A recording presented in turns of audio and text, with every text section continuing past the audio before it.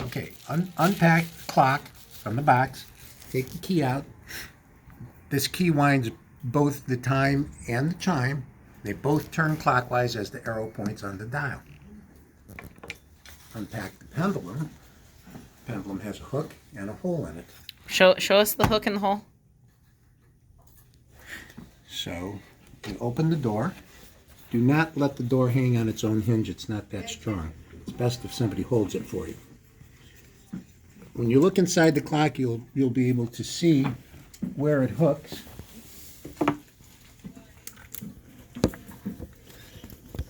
I need to be over there. Thank you.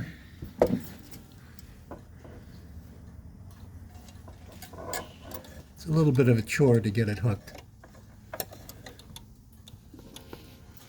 Okay, I have to be able to see. Please. I'm trying to see where the hook is. I can't tell if it's hooked. Oh, there. Here, you want to look at it through the video? No, I want to look at the real thing. Okay. It's not hooked. There, now it's hooked. You can see how the hook is coming through the pendulum. When you look at the pendulum at the bottom, there's a screw.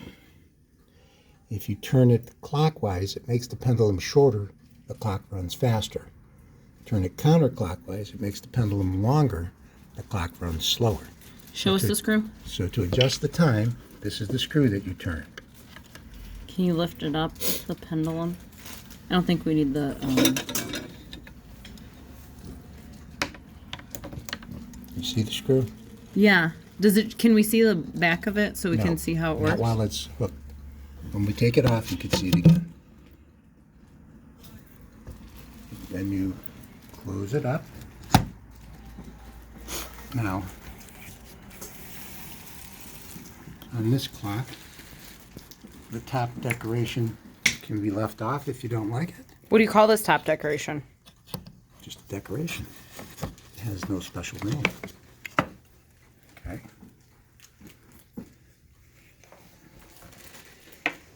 Don't hold the clock by any of these parts because they'll break off.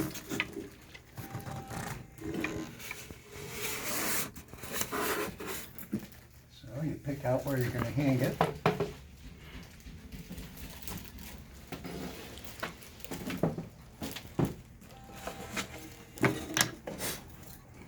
Oh, so you should hook it before you hang it, the pendulum? Yes, because you can't see inside of it otherwise. It's too hard to do.